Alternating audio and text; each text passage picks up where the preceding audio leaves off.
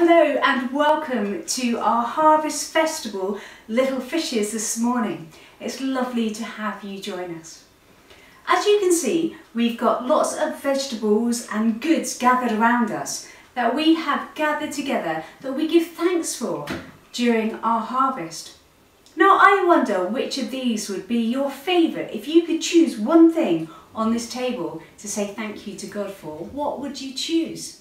Would it be the lemons, the eggs from the chicks, pumpkin, apples, onions, tomatoes? I wonder. I thought it'd be fun to see which one Duncan, our vicar, would choose. So Duncan, do you want to come and join us now?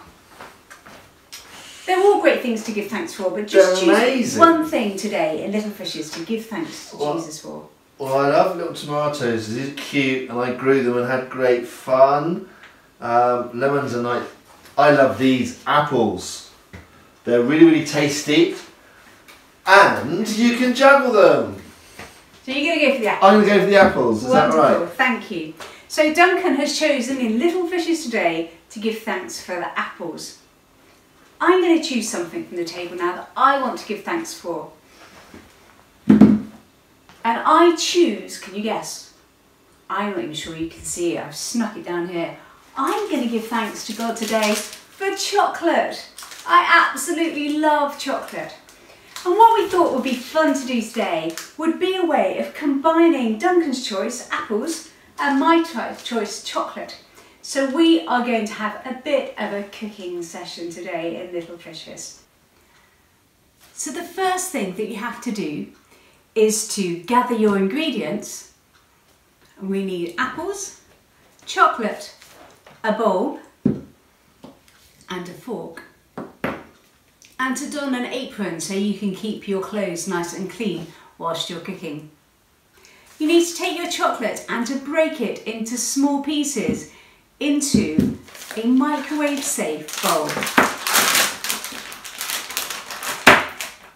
You might need a little bit of help with this depending on how hard your chocolate is. Now there's two ways that you can melt chocolate. One is very much with the help of your adult carer, and you put it in a bowl and then you put the bowl over a saucepan of water and the steam from the water will melt your chocolate for you. Or a much safer way is to put it into the microwave. Some of your parents might cringe at that idea, because it's not the connoisseur way of doing it, but it is also effective for making chocolate covered apples. So I'm going to put this in the microwave now and then melt it and show you what to do next. So once your chocolate is melted, like mine here, you need to take your fork and to gently pop it into your apple, like so. And then we can do the fun bit, which is to dunk the apple into the chocolate or use a spoon and spoon it over, depending on how messy you like to get. Make sure that the chocolate covers all the apple, almost so the apple can play hide and seek. And you can't see it anymore, you just see this lovely ball of chocolate.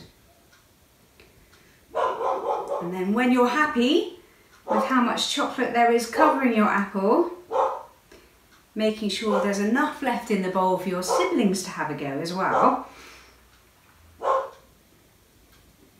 you take another ingredient that I forgot to mention earlier. It's quite fun to put some sprinkles on your apple, but you don't have to if you don't like them or you don't have any in the cupboard.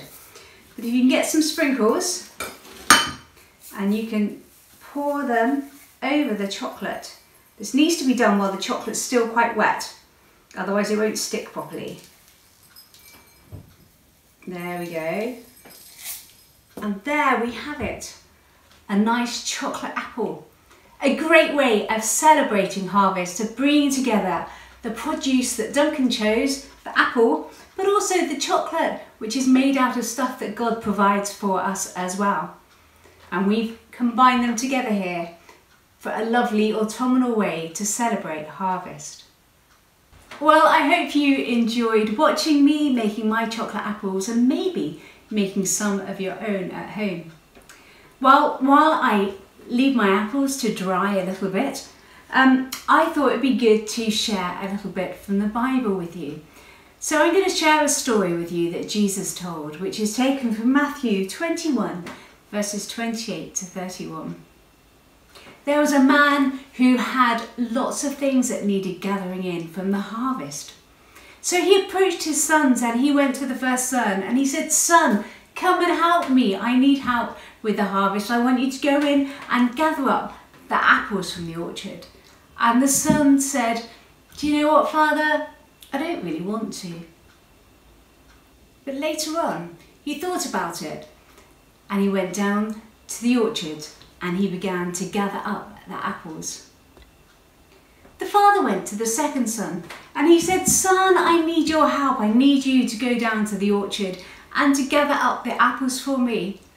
And the son said, "Of course, Dad, I'll be down there in just a minute." But then he got distracted with what he was doing and he forgot to go down. Which son do you think that Jesus would have been more pleased with?